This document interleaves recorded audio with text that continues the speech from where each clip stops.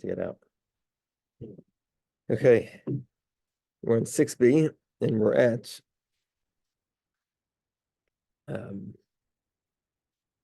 Amr Rav Chanina l'Rabba, about halfway down the page.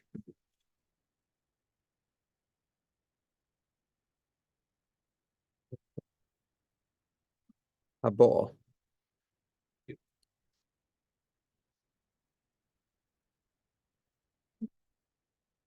Okay, so let's review what we're holding.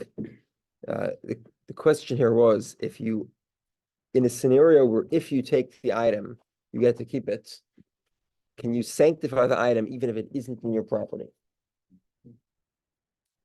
Okay, now we spoke about Tukfu Kayin. Let's say the Kayin grabs something that is questionable whether or not it is. So Rava proposes that Tukfu Kayin Mציעא miyadai. We take it away from the Kayin and we give it to the original owner. Kayin cannot grab. Rav Chanina wants to prove that Rava is right. Amar Rav Chanina Rabba Tanya de Messiah. Hasfegas nechnosen l'dayer lehisaser. So you have a few animals that are safek b'char. They might be obligated in the mitzvah of b'char. They might not. Now there's another mitzvah called Meiser Behema. What is Meiser Behema? Meiser Behema is every tenth newborn animal is given as a sacrifice. So at the end of the year, right before Rosh Hashanah, you put all the animals in a pen, all the newborn animals, and every 10th one is a sacrifice. So all the Becharas are also included, all the Safek Bechar. So these animals may or may not be Bechar. They're included in the Meiser count. You put it in the pen and you count out for Meiser. So the Gemara says, if you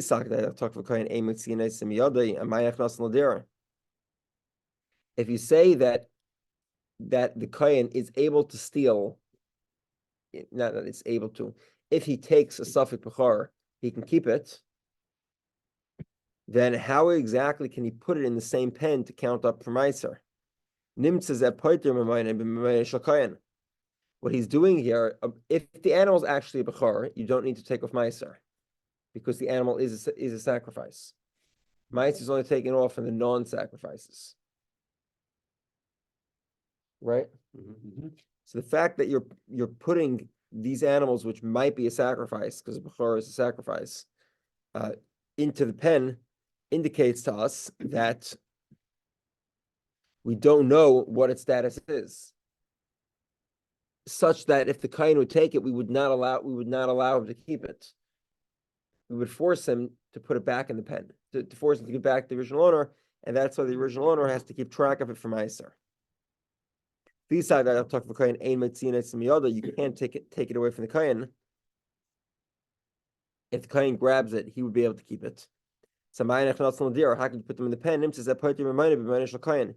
He's exempting his own obligation for Meiser with the money of the Kain. So Abaye says not quite. It could be the scenario is where there's 9 animals. Well, the guy only has 9 newborn animals. Plus he has a Suffolk animal. Suffolk Bechar, Suffolk not. So now we have what's called a Mimon of Shach. Right? Either way. If the animal is a Bechar, then he's exempt from Meiser. All 9 animals do not have an obligation of Meiser. It's only when you have 10 animals you're obligated to bring Meiser. No problem. Exactly. So if the animal is really a Bechar, then there is no obligation for Meiser. So the fact that he gives Meiser is actually extra. He's giving an extra sacrifice. And if it's not a Bechar, well, then it is obligated to Meiser, and he's giving what he has to give. So he actually doesn't save himself any money by adding this animal to the mix. Right? And that actually has lost on the possibility that it's a Bechar. He's actually giving an extra sacrifice.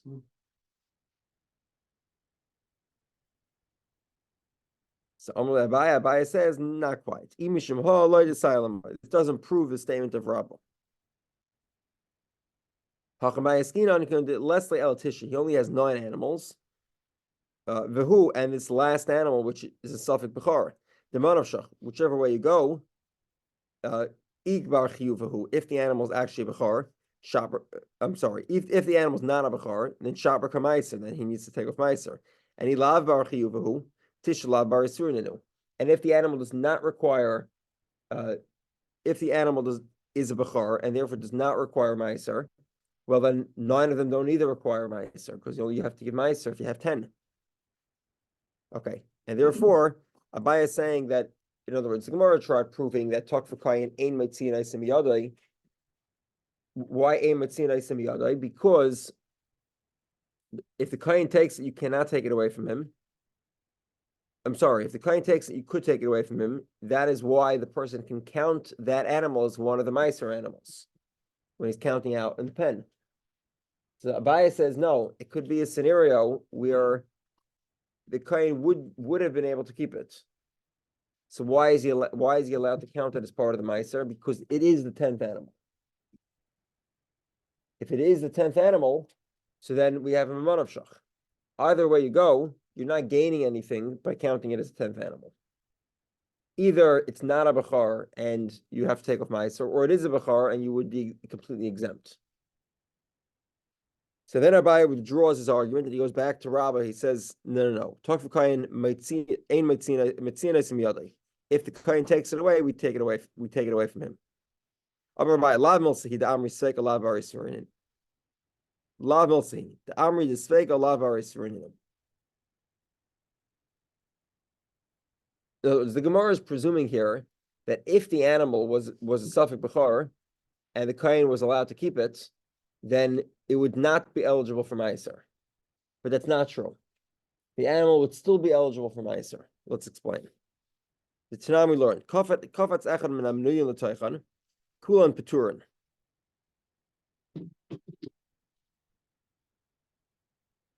One second, hold on.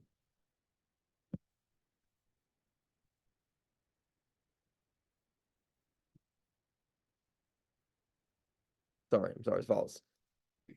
If the animal was a safek b'char, then not only does it exempt itself from meiser, the fact that it's a safek, even once we don't know whether it's a b'char or not, it's exempt from meiser.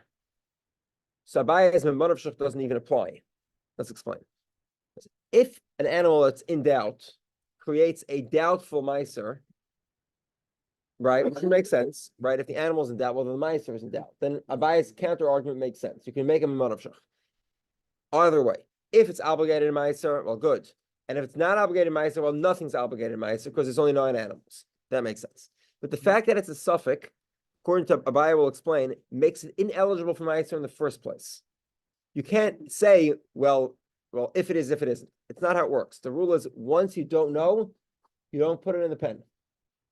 So let's see. It's how we learn. Okay, so he has 2 pens, right? He's moving the animals from pen A to pen B, and they're all crossing over, right? Except that at one moment, one animal that was already counted jumps back over the fence. Now it can't be counted anymore. The whole count now is messed up because you've already counted the counted animal, at least one of the animals. What's the law? Kulan peturin. All the animals are exempt from meiser now. Why? Because now it's doubtful. It's a doubt. You claim to think that you're counting 10 and taking off meiser, but actually one of the 10 may have been counted already. So you don't really count 10. You can only count an animal once. Correct. So what we see from here is that now that you have a mixture of 100 animals, one of them is doubtful, meaning one of them is not doubtful in this case. One of them is counted already, which means that they're all maybe counted. Maybe each animal was counted.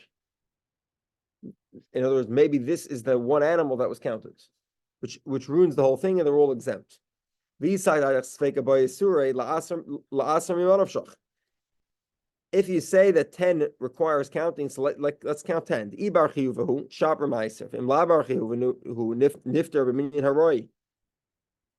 One second.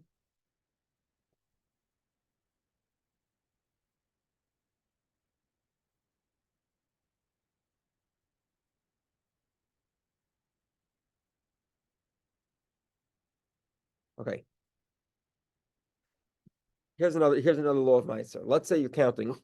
You have 100 animals in the pen. Count off 10. 10th one, you put the paint on it, right? Slap some red paint. Now you know it's Meiser. You're counting the next 10. You count 5, and then an animal dies. The animal in the uncounted pen. The law is those 5 are exempt. Pass them over, and you restart the count. You restart the count. You start again. They're exempt, but they can't be counted again. Those 5 they're already counted, Yeah. and you don't finish the count to 10 because one of the animals that were counted against is now dead. 1 second. Oh, okay, that makes sense. 1 second.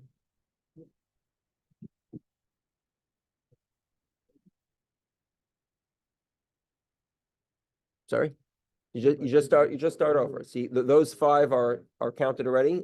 It's done, and now you restart the count. The next one is 1, and you count another 10. All right, now it says Abaya.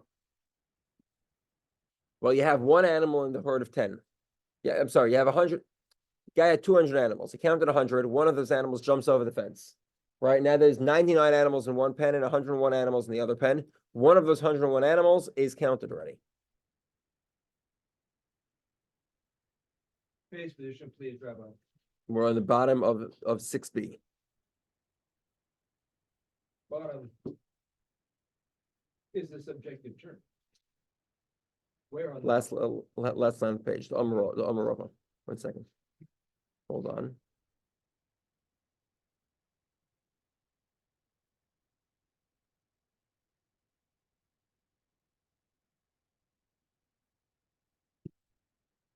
Okay, so Abaya proposes now, if you'll say that a suffix animal requires a suffix Meiser animal requires Meiser, so just keep on counting the 101 animals. Now it's true, in one of the 101 animals, you'll have 10 units, and one of them potentially is not actually valid as a Meiser animal. Okay, fine. So you're right, it's not valid as a Meiser animal. We'll have to give it as a gift. The owner will give the sacrificial animal as a gift to God, even though he's not obligated to give it. And the other 9 animals will be exempt because they were counted with the counted animal. So that would exempt them from the laws of Meiser. So you actually do accomplish what you're trying to accomplish, which is to exempt every animal from Meiser. And you also bring the 10 sacrifices that you'd have to bring. The fact that you're completely exempt when the one animal jumps over the fence tells me that a suffix Meiser animal is not brought, period. It's not counted, doesn't require counting. Therefore, the fact that you count the Takfukayan animal indicates to me, in other words, you have the animal that's a suffix Bechar, right? And yet the Mishnah says you count it as part of the sacrifice, as part of your Meiser. What does it tell me? The Kayin cannot take it. And if he takes it, we take it away from him. We don't treat it as a suffix animal. Because if we did treat it as a suffix Meiser animal, then the law would be, no, it's not counted at all. You can't count it as part of your Meiser. It must be we don't treat it as a suffix. We treat it as it certainly belongs to the original owner, because if the Kayin tries to take it away, talk for Kayin, mציעא, we take it away from the Kayin. There's some things in life you just can't count on. Very good. Okay. So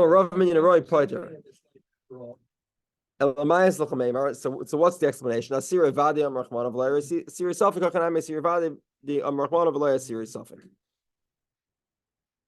too, the 10th animal must be a certain 10th animal, not a doubtful one. Meaning, a doubtful meiser is not included in the count. The fact that we're counting a suffix bechar tells me the kohen has no rights over it, 0 at all. And if he takes it, we'll take it away from him. Yeah, you all seem to be pretty following along. I wasn't following along when I read this one. Okay. Yeah, it's not 2 o'clock in the morning. Yeah. So Ravachim Midifti says to Ravina, "Mais fegus." What exact? When the Mishnah says all the suffix becharas, all the suffix animals, you count them as meiser. What type of fegus are they? Ilim is suffix becharas. These are suffix becharas. Ye kodesh amrachmana v'lo shekvar kodesh. Oh, 1 second. Okay, the Torah says the 10th animal will be sanctified. Meaning, it will be sanctified, not that it was sanctified already. So the 10 animals cannot be an example of Safek Bechor in that specific instance. So what is the example? El Safek Pidyon Peter Chamor. Rav Nachman, Amar Rav Nachman, Amar Rabbi Baravua, Yisrael Shish Asara Safek Peter Chamor, B'tech Beise Maf Shalen Asara Sayin Asrin Behin Shalai. Okay.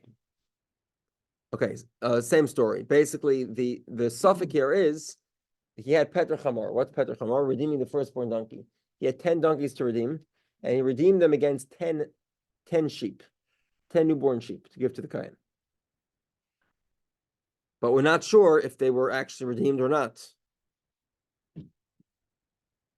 1 second.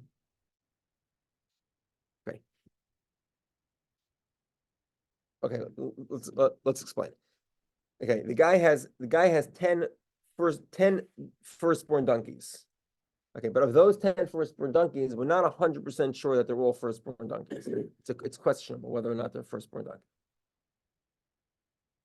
He also had 10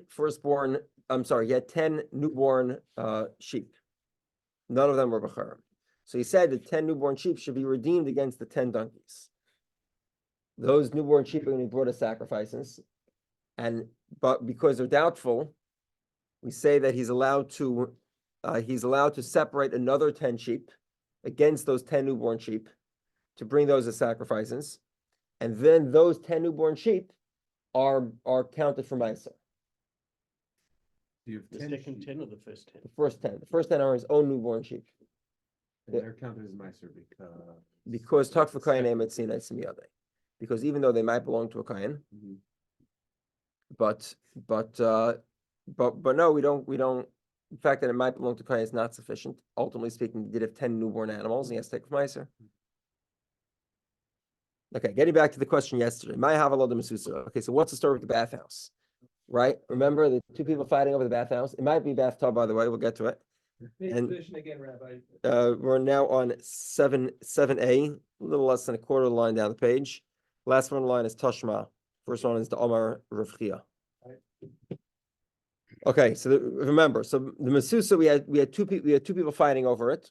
One guy sanctifies the bathhouse. Okay, and the question is that was our original question. Can you sanctify something that you have a right to grab, but you haven't actually grabbed? Tashmad, Omer Rav Chia Barovin have Uvda Bei Rav Chisda.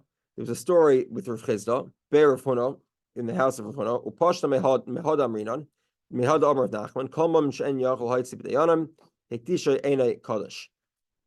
There was a similar story that happened in the house of Rav Nachman, and basically we said any money you cannot take away in court, you can't sanctify.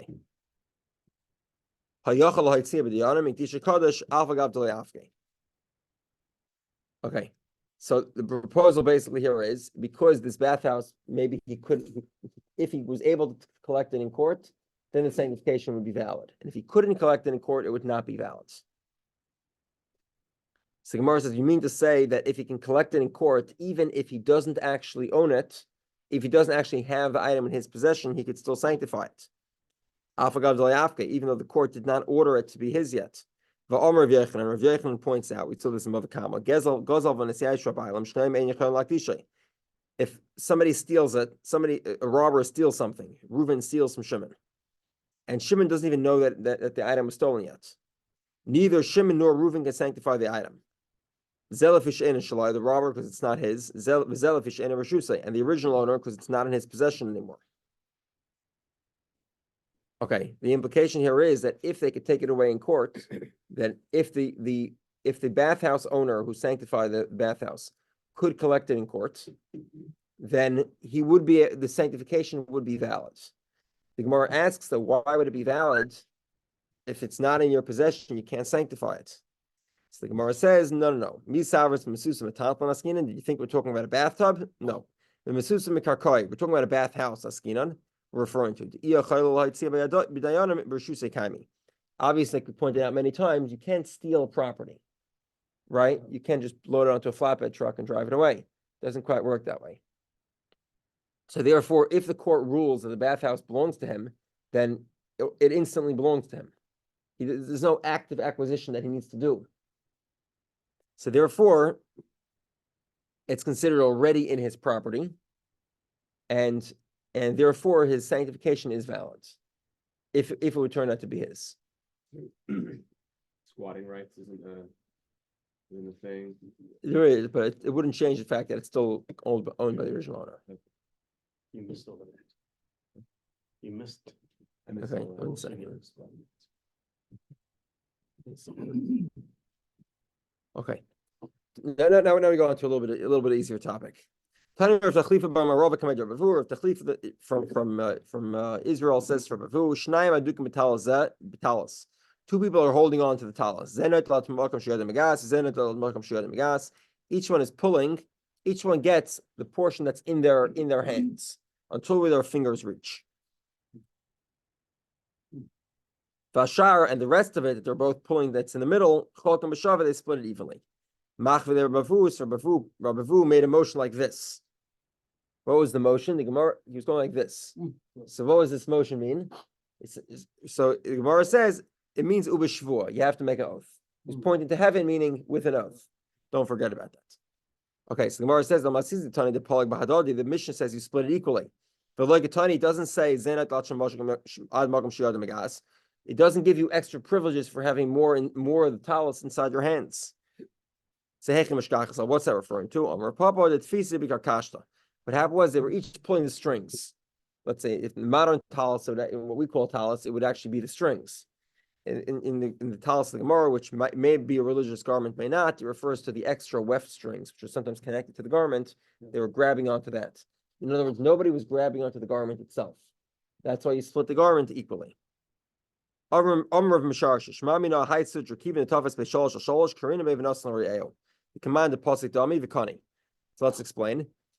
Some of you have sold your comments to the rabbi, and I think Rabbi, I'm not sure what Rabbi Skolnik does. If I remember, I think Rabbi Bratkin, I think somebody's had this little cloth. You pick it up, right? That cloth is what we call kinyan sudar. The cloth qualifies as what we call a keli, a vessel, because it's a minimal size, 3 whatever, foot by foot. You'll see some people will tell you to use a pen. Pen is also a vessel. By picking up the vessel, you agree to sell your chametz to the non-Jew. The pen is always what I use for The pen, yeah, so either one works. And there are other options. Obviously, it's not just limited to a pen and a piece of material. Okay, that's called kinyan chalipin. But says Rava, let's say for example, I have a big blanket. Okay, and we're doing a big deal. It's too hard to move everything. It's a tractor trailer full of grain. So I give you the blanket to pick up. By picking up the blanket, I agree to sell you the grain. What? I said you're making a blanket statement. Yeah. Now, as soon as the guy picks up, You made me say it out loud. as soon as the guy picks up from the blanket a portion that's that size material, about a foot by a foot, then he acquires the truckload of grain.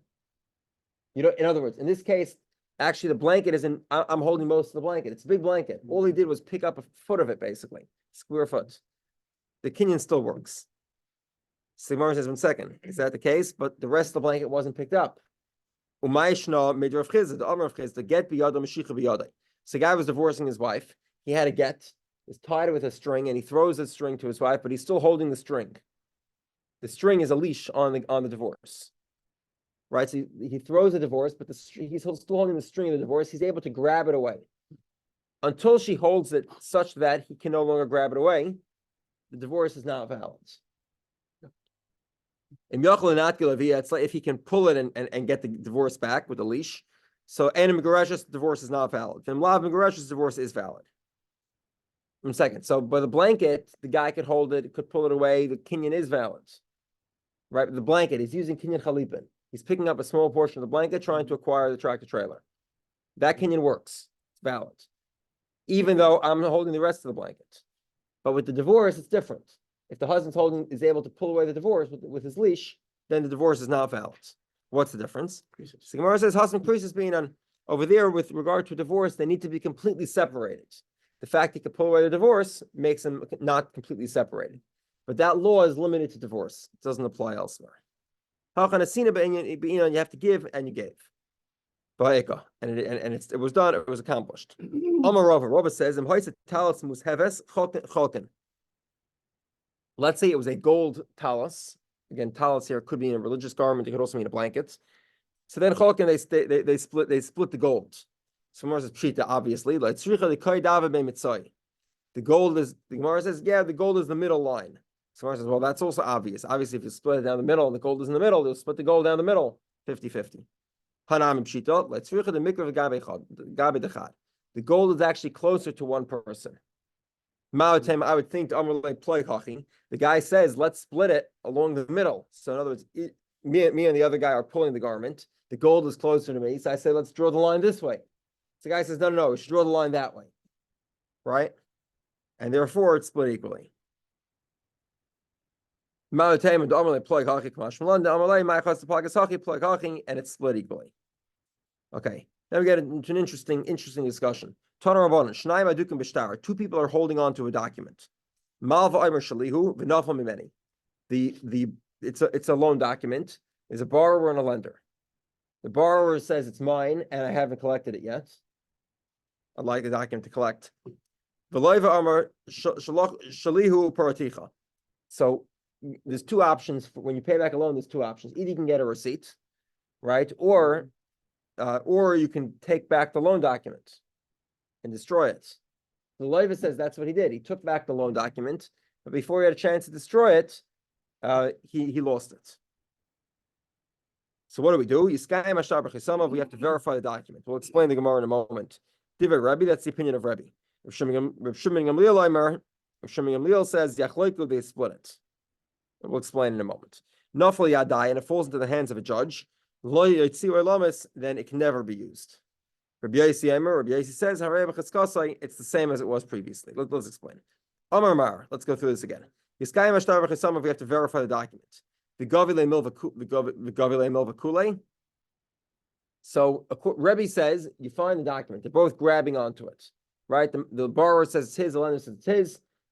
Rebbe says verify the document. Verify it, and then the borrower gets to collect the whole thing. Why is that? Why is it different than the Mishnah? But less than Masnisin Shnai Markson, does he disagree with the Mishnah that says you should split it equally? So if the document was already verified, everyone agrees. 1 second.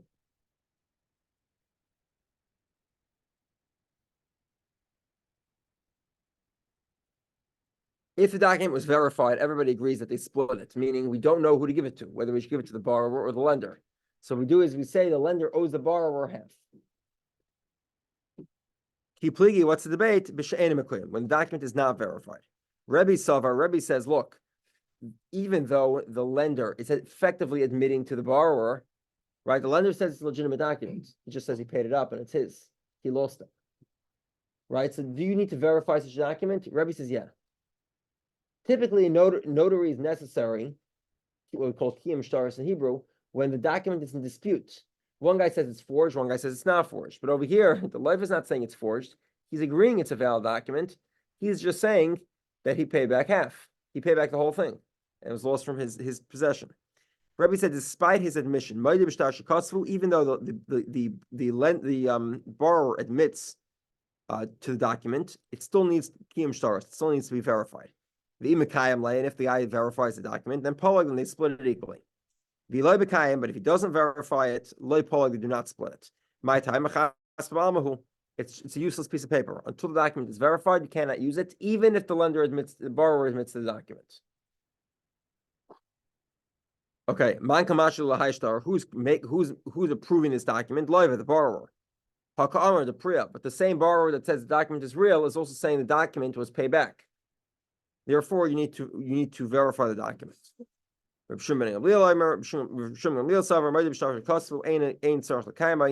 admit to writing the document, you do not need to verify it. They split the document 50-50, meaning the loan, which is written in the document, is split 50-50. The borrower only pays back half.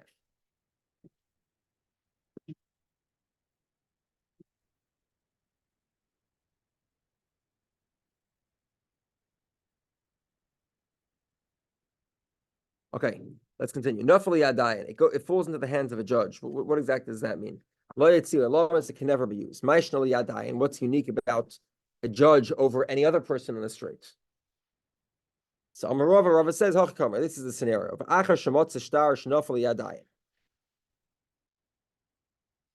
One second.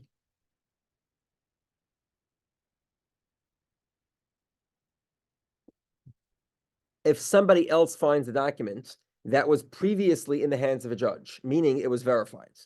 So a stranger on the street finds a verified document, and now we have a big debate. The borrower says, yeah, I lost it, meaning it was paid back and I lost it. And the lender says, what do you mean? It was never paid back and I'd like to collect with him. So in that case, we cannot use the document. We can't return it to anybody. Okay. A handpick is the notary signature. Now, our notary system works a little differently, but the basic idea is that some of the ideas are pretty similar. A handpick is a court-inscribed verification.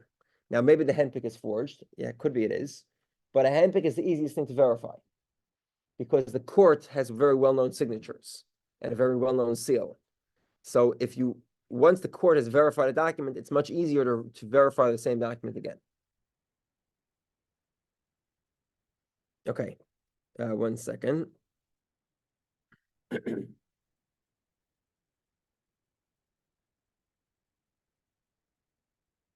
Okay, 1 second. Okay. So and okay, let's explain. So a stranger finds a document that was verified. Not only if he finds a document that was verified, even if he finds an unverified document. Let's explain. Hold on. If the document wasn't verified, it could be that it was written for a loan, but the loan was never actually issued. Even if the document was verified, it's a verified document. You can't give it back because we're concerned that the loan was already paid back. Okay, so here's very interesting. What does this mean? According to Rabbi Yossi says you give it back to the borrower, to the lender. I'm sorry. The rabbis say you don't give it back to the lender because maybe it was paid back. And again, the question here it's hanging here is, are we concerned that the document was paid back or not? Rabbi Yossi clearly doesn't seem to have such a concern, but is that the case? We are not concerned that it was paid back. Presumably, if the document was verified, it was not paid back yet. Okay, now what's this presumption based on? Again, let's explain. A guy pays back a loan, right? The borrower pays back the loan. He gets back, instead of demanding a receipt, he gets back the original document, which, if he's a normal, healthy person, he should promptly shred. Right? It's like if somebody gives you back a check when you give him cash. What do? You void it. Because let's say you get a check, whatever, it's endorsed, so it's been altered. Does the document come back in altered, or does it come back in the exact same state that it was submitted in? I understand. This is the that I'm asking. The original document that he gives, once it's paid, it's not altered in any way. Well, it should be. Okay, so it should be altered, then he should destroy it. But that's my question. Like, if you found it was paid back, it should be a document that is altered in a way that indicates it's been paid back. So there's two ways. Either if you want to keep the document for your records, you should alter it. That's my point. Like, it is altered. It is that not the same document prior to being paid. It should be altered. Okay. But not necessarily was it altered. Okay. Or alternatively, destroy it. Two things you can do with a check when you're switching for cash, right? Voids or rip it. Right? Two choices. You can do whatever you want. Let's say, like my example was like when let's say you deposit a check. You had the initial check, then on the back you've endorsed it, which alters it, and then you do the thing where it sort of indicates is that in between. Yeah. Okay. That is an option, but that's sort of the question. Mm-hmm. So the basic idea is as follows. One opinion says, well, maybe he lost it. In other words, maybe the borrower was sort of negligent and stupid and did not alter the document, and nor did he destroy it. And therefore, the borrower's argument that he lost it is somewhat legitimate. And the other opinion does not have such sympathy. It's not logical to presume that somebody who got back a document did not either alter it or destroy it. The fact that the document is found in the street probably indicates it's not his. A borrower who paid back would not do that. Let's say you lost the document. Wouldn't you create immediately another document? Then that would be altered and destroyed. So you would just that other one would be null and void. That's no good. Once it's out of your possession, Not understanding. if you lost a Who document, lost the document? like as soon as it, like, Borrower or lender? I guess, lender, whichever, like once- anybody loses a document, as soon as you lose a document, shouldn't there be a new document? that- Not necessarily. You can't, well, who gives you the authority to write a second document? Not so clear. You can just write a second document. I'm Yeah, here- we'll get to maybe possibility of second document soon, but It seems like once it's out of your possession, you should consider like that, like, you, okay, I can't verify this. well, exactly, the lender will not be able to write a second document because he needs the borrower's permission. And the borrower probably wouldn't give him permission if he, Okay, why okay, wouldn't- I see what you're saying. okay, we have to continue on. Okay, now, according to Rabbi Yossi, Rabbi Yossi is not concerned about repayment. Why? Because Rabbi Yossi argues that if a document is found, it would not have been repaid. If it was repaid, it would be either altered or destroyed. Okay, but the problem is that Rabbi Yossi contradicts himself. Latanya, we learned, he finds a ksuba is effectively similar to a loan document. You owe a certain amount of money. The baal, if the husband agrees, give it back to the woman. Ain't a baal the husband doesn't agree. He says he paid it back already. Lo yachzer lo lezev lo lezeh, you can't return it to anybody. Rabbi Yossi says no. If she's still married to her husband, yachzer leisha, you give it back to the woman. This armalo and this garsha, if she was divorced or widowed, lo yachzer lo lezev lo lezeh, you can't return it. Okay, meaning if they're still married, Rabbi Yossi says that obviously, presumably the document wasn't paid, and therefore give it back to the woman. If they were divorced, though, you can't give it back. Why is it any different? Again, Rabbi Yossi says a loan document could be returned to the borrower, to the lender, because presumably it was not paid back yet. But a ksuba document cannot be returned to the woman, because presumably, because we don't know if it was paid. Why wouldn't we know if it was paid? Why isn't the responsibility of the husband to either destroy or alter the document? So the Gemara says, you're right, Apok switched around. Rabbi Yossi says that we are concerned for repayment. The rabbis say we're not concerned for repayment. Now, the problem here is that we don't really solve anything. Why not? So then the rabbis are contradicting themselves because the rabbis say we are not concerned for repayment, but yet in the scenario of a woman, they say you can't give it back. Well, why can't you give it back if you're not concerned for repayment? Why can't you give it back to the woman? Let her collect again. So Gemara says, which we'll finish with this, Kula Rabbi Yossi, it's all Rabbi Yossi. So the Bryce is missing words. If the husband doesn't admit lo yachzer lo lezev lo lezeh, you can't return it to either one. But when is it true? She was either divorced or widowed. But if she's still married, you can give it back to the woman.